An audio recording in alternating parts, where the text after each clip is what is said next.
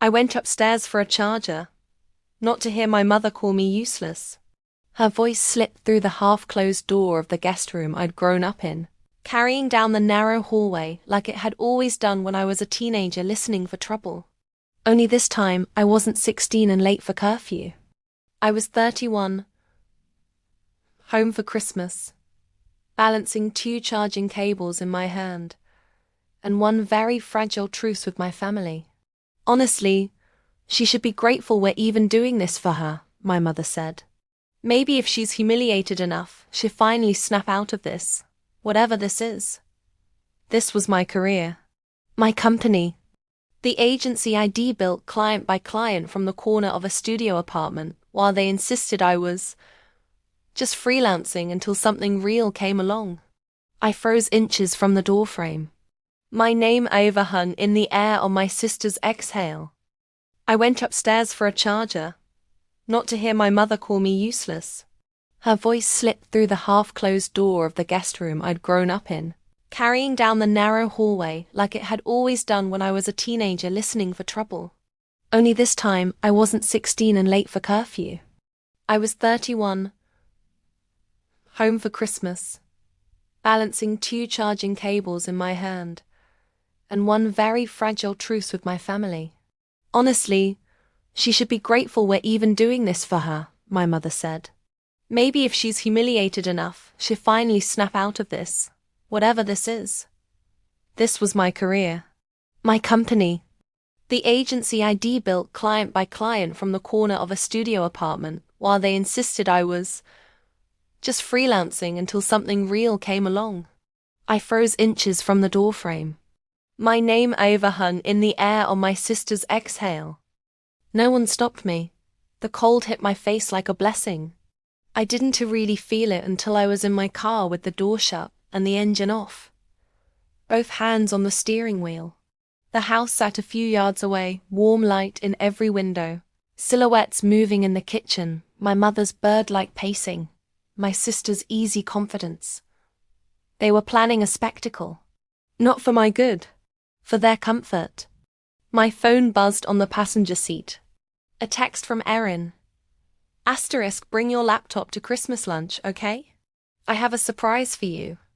*, a winking emoji. I stared at it until the words blurred. They thought I would walk in blind. They thought I would sit at the long table, laugh on cue, and swallow the shame they served me as love. I thought of the transfers I'd set up over the last 5 years, one by one. The mortgage top-ups when my father's hours were cut. The credit card ID paid off after Erin's emergency trip that turned out to be a girl's holiday in Greece. The time my mother called, crying, because the caterer needed a deposit * right now *, or Christmas will be ruined. And I read my card details over the phone. They had never once asked where that money came from. They'd never said thank you in a way that sounded like they understood the cost. They still spoke about my business like it was a hobby, and about me like I was a child. I pulled in a breath and let it out slowly. They wanted a show at Christmas. Fine. I could give them one. I drove back to my apartment that night, with the radio off. The world outside the windshield reduced to streetlights, and the faint, blurred glow of other people's living rooms. Families gathered around trees, kids in pajamas, parents with tired eyes and soft smiles. I had those things once in this house that now felt more like a stage. I had also learned, slowly and painfully, that love without respect is just dependency dressed up in tinsel. My apartment greeted me in calm silence. No scented candles, no piles of gifts, just the faint hum of the fridge and the soft whir of the heating. I dropped my keys in the dish by the door and stood there for a second, letting the quiet wrap around me. Then I went to my office corner, opened my laptop, and logged into my banking app. The first thing that came up was the dashboard for my company. Winterlight Strategies, the consulting agency I'd built from scratch. The revenue graph climbed steadily up and to the right. Numbers they'd never bothered to ask about. Under it, another graph.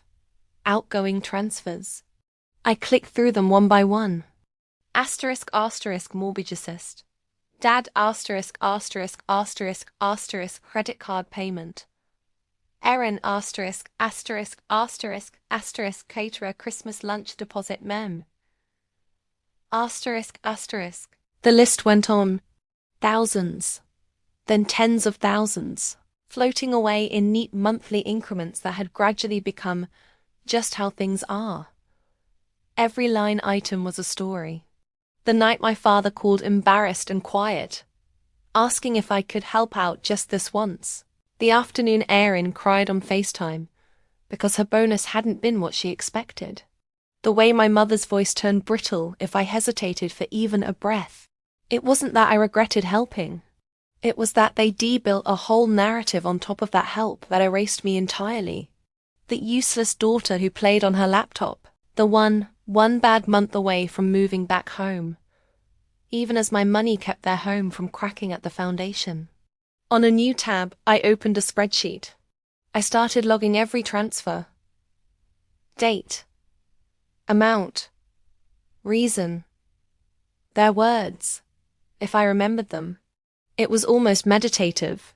Instead of replaying that conversation by the guest room door, I anchored myself to facts. On February 12th, 3 years ago, I paid off the last $10,000 of their second mortgage after my father's back surgery. On June 30th, I wired $5,000 to Erin because she was between roles and networking takes time. Last month, I covered the remainder of the Christmas lunch catering so my mother didn't have to downgrade and embarrass herself in front of the family. The numbers stacked up like bricks, building a picture I could no longer pretend not to see. By midnight, I had 3 sheets. One for my parents, one for Erin, and one for shared family emergencies. At the bottom of each, I calculated the totals. I sat back. I had effectively given my family the equivalent of a small house. No contracts. No repayment plan. Just obligation and guilt, and "You're such a good daughter, Ava." A laugh slid out of me, sharp and humorless. They thought they were planning an intervention. They had no idea who exactly had been intervening in their life for years. The next morning, I met my best friend Nora at the cafe across from my office building. We'd built our businesses side by side in the same co-working space, sharing late-night takeout and emergency chocolate. She knew my family only through the stories I'd reluctantly let slip. Her eyes widened as I laid the printed spreadsheet between our mugs. "Ava." She skimmed the totals, then looked up at me, her expression caught between fury and pity. This is a lot." "I know," I said, wrapping my hands around my coffee for warmth I didn't feel.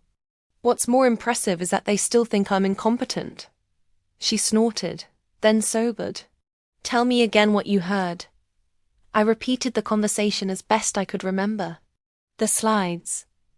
The graph. The envelopes.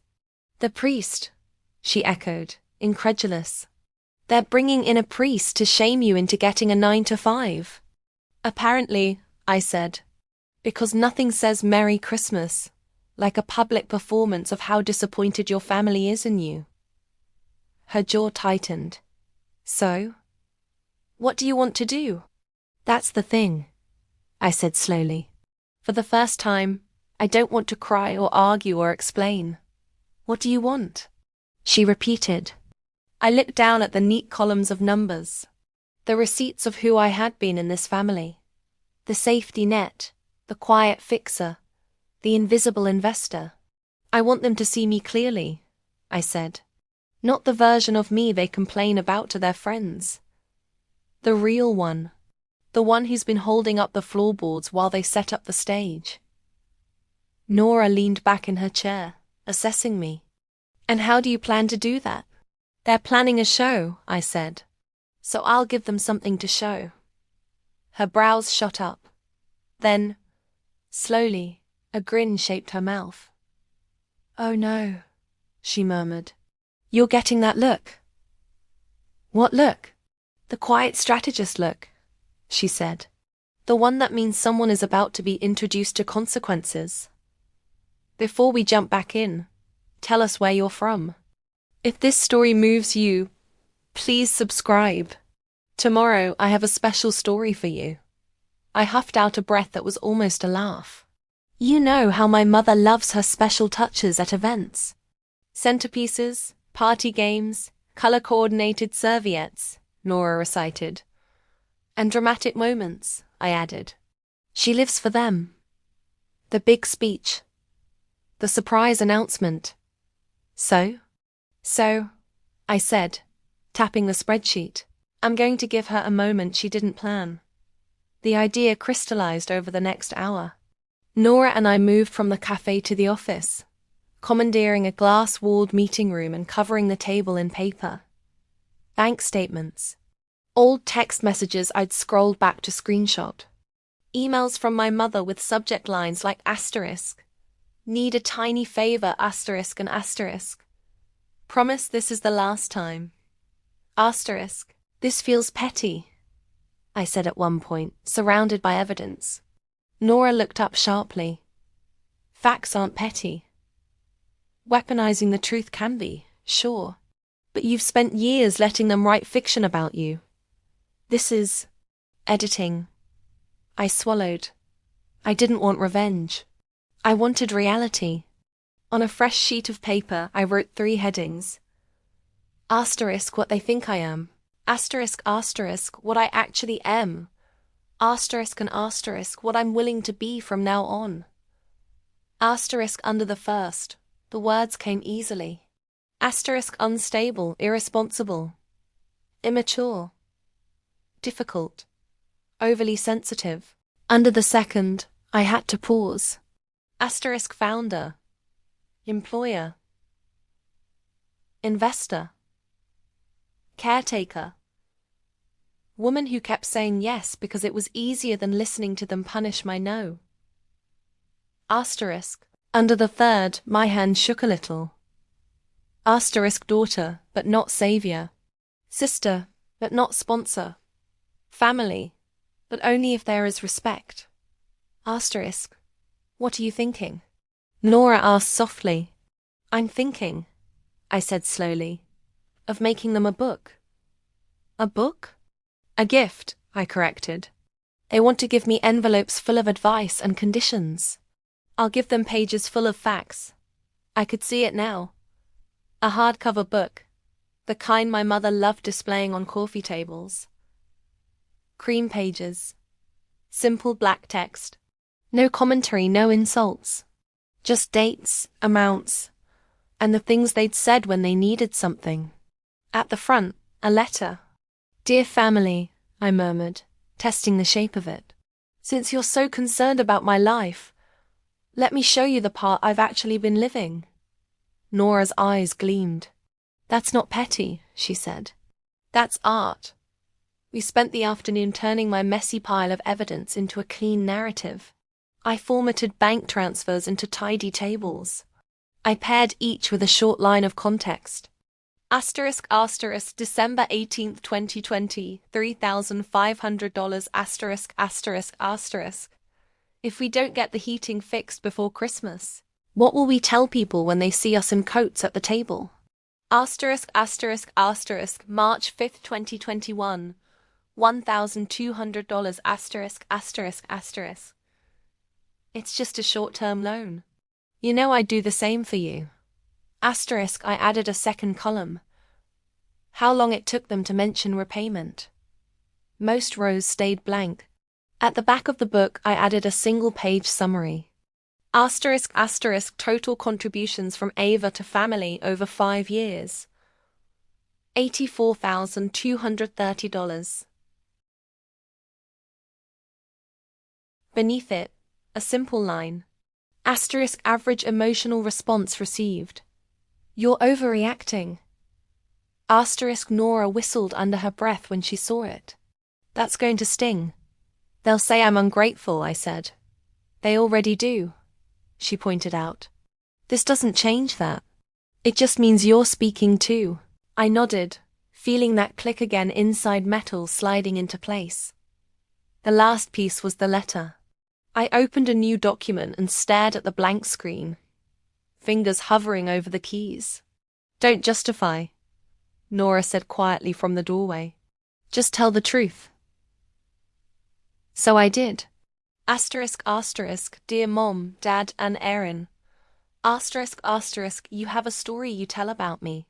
I have listened to it for years at this table, and in your phone calls, in your sighs, and your jokes about my little business.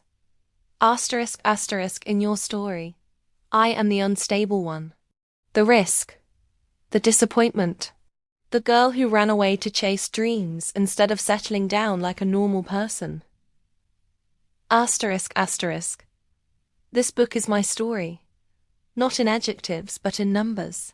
Not in opinions, but in receipts. For 5 years, I have supported this family financially, quietly, and consistently. I have done it out of love. I have done it without contracts or conditions. I have done it while listening to you speak about me, as if I am irresponsible, immature, and one crisis away from needing to be rescued. ***, the truth is, I have been the one rescuing you. On Christmas Day, you planned to stand in front of our relatives and present a version of my life designed to shame me into choosing a path that would make you more comfortable. You were going to use my vulnerabilities as entertainment and call it concern. I know this because I overheard you planning it. Mom, when you said, maybe if she's humiliated enough, she finally snap out of this. You were not talking about helping me. You were talking about controlling me. Dad. When you agreed that I am 1 bad month away from moving back in, you erased the years I have spent making sure you didn't have to move out. Erin, when you called my career, whatever this is, and planned a slideshow of my failures, you forgot that the money from whatever this is has paid off your networking debt more than once. You are adults. You made choices. I helped with the consequences. That does not make me a child. I am no longer willing to sit at your table and be treated as both the family wallet and the family joke. From this moment on, I will not be providing financial support to any of you. Existing loans are now considered gifts. You do not owe me that money back. You do, however, owe me honesty if you want a relationship with me at all. I will be at Christmas lunch. I will be polite.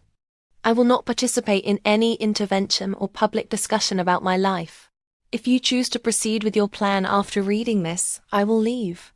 If you choose to cancel it, we may have the first honest conversation this family has had in years. Either way, I am done being your project. Ava I read it 3 times. Each time, my chest felt a little lighter. Send it to the printer, Nora said. I did. We uploaded the document to a same-day printing service that specialized in photo books and corporate lookbooks. I paid extra for rush processing and a linen cover in a deep green my mother would approve of. On the front, in simple gold letters, I had them print. The part of the story you never asked about, When the order confirmation hit my inbox, I sat back and exhaled. So that's the gift, Nora said. That's part of it, I said. The other part, I thought of my mother's love of orchestrating moments, of Erin's obsession with being the one at the center of every reveal. They wanted a big scene, I said. They'll get one. Just not the one they rehearsed. The printer delivered the book to my apartment the next morning, wrapped in brown paper with a neat label. It was heavier than I expected, solid in my hands. I ran my fingers over the title, then opened it. The pages were clean and crisp. My messy spreadsheet had become something almost elegant. Stripped of context, the numbers spoke loudly anyway. I wrapped it in simple white paper and tied it with red ribbon. No tag on the outside. Inside the front cover, I taped an envelope with my letter. Then I opened my email and wrote to my mother. Asterisk. Hey Mom, asterisk, asterisk, I've decided to stay in town for Christmas lunch after all. I'll be there. I'm bringing a gift I want everyone to open together. Please don't let anyone open it early. It's important. Love, Ava. Asterisk. Her reply came within minutes. Asterisk. Oh, sweetheart. I'm so glad you've come to your senses. We'll make it a special day. Don't be late. Love you, Mom. Asterisk, the irony made my teeth ache. Christmas Day arrived bright and brittle. I dressed carefully, choosing the soft power I wore for big client meetings. Black trousers, a cream blouse, a blazer that fit my shoulders like a decision.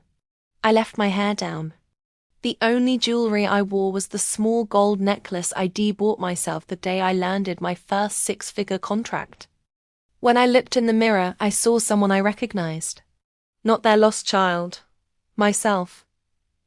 I tucked the rap book under my arm and drove to my parents' house. The driveway was already lined with cars when I pulled up. Laughter spilled from the open front door, familiar and jarring all at once. I stepped out, smoothed my blazer, and walked in. Ava. My mother swooped in, lipstick bright and smile brighter. She smelled like perfume and rosemary and a hint of wine. You look lovely. See, Erin, I told you she'd show up. Erin appeared behind her in a sequined dress, eyes flicking over me like I was an outfit to be evaluated. You made it, she said.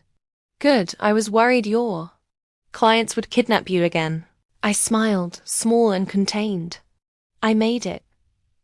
My father emerged from the kitchen, wiping his hands on a towel. There's our girl, he said, pulling me into a brief, awkward hug. Merry Christmas, love. You didn't have to bring anything. I wanted to, I said, holding up the rap book. This is for all of you. But I'd like it open later, when everyone is here. Ooh, mysterious, Erin said. Look at you, getting into the spirit. If she heard the steel under my calm, she didn't show it. As more relatives arrived, I slipped into my familiar role. Helping in the kitchen, pouring drinks, asking questions that kept the focus off me. Old habits die hard. But underneath the practiced ease, there was a new stillness. I knew something they didn't. Every time my mother brushed past me, I wondered if she'd read the book yet. She hadn't. I knew because I tucked it deep under the tree when she wasn't looking ribbon pristine. We sat down to lunch at 2. The table groaned under the weight of food and tradition. Candles flickered. Someone said grace. The conversations swelled and ebbed around me, punctuated by clinking cutlery and the occasional burst of laughter. For the first hour, it was almost easy to pretend we were just a family, not a cast preparing for a performance. Then Erin caught my eye from across the table and tapped her watch. Showtime. She stood, glass in hand, and cleared her throat. Can I have everyone's attention? She called, her voice carrying effortlessly. We have a little something special planned for this year. My pulse picked up. I kept my face deliberately blank. My mother beamed. My father looked faintly uncomfortable. We all know Ava, Erin continued, gesturing in my direction with the easy familiarity of someone who believed she understood me down to my bones. She's always marched to the beat of her own drum. There were polite chuckles. And we love her for it, Erin said quickly. But we also worry about her sometimes, don't we? A few relatives shifted in their seats. This was the script I hadn't been meant to hear. I let it wash over me. Before we get into our little presentation, she said. Mum, didn't Ava bring something for everyone? Dozens of eyes turned to me. I rose slowly, feeling every gaze like a weight I was finally strong enough to carry without flinching. I did, I said. It's under the tree. Could someone grab the white package with the red ribbon?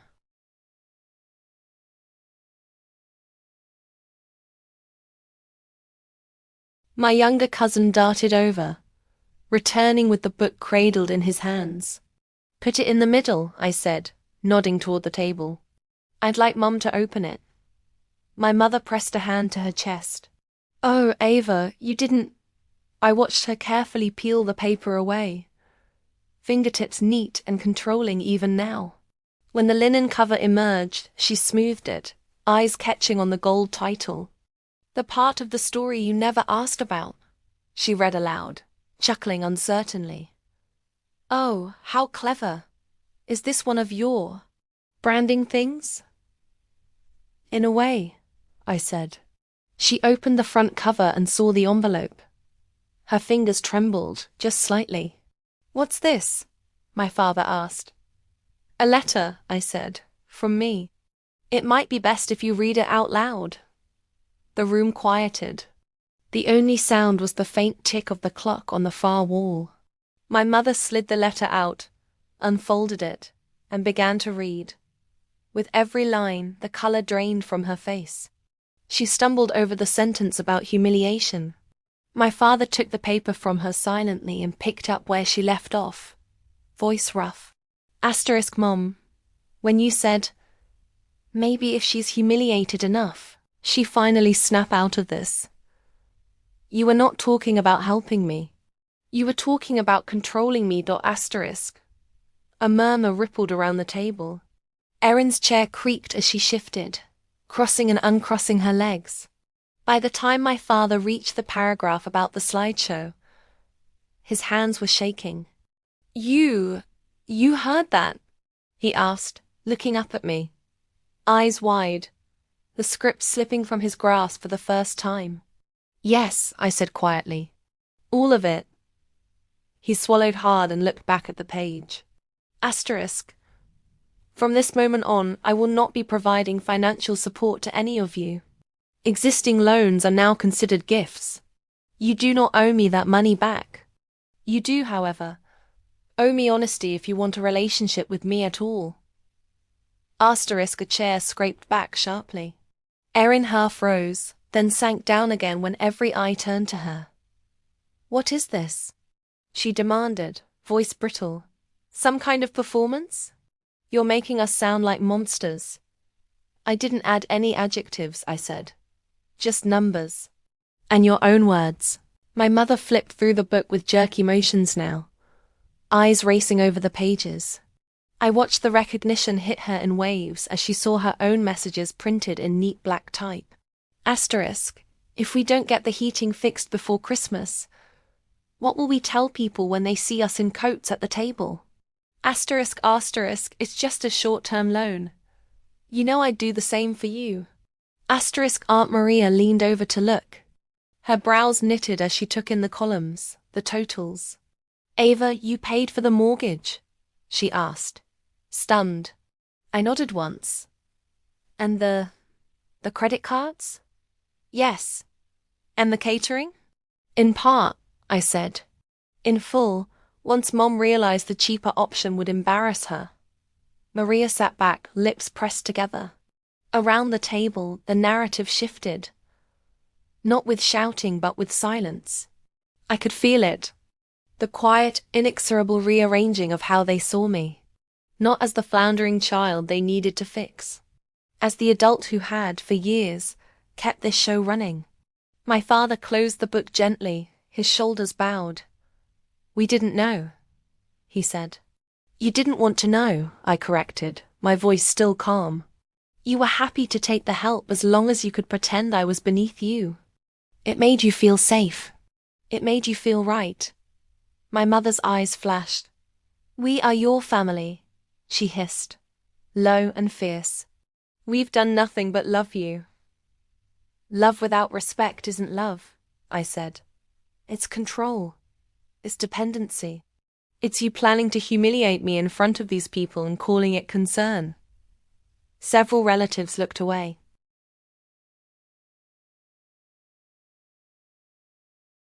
Erin laughed, high and sharp.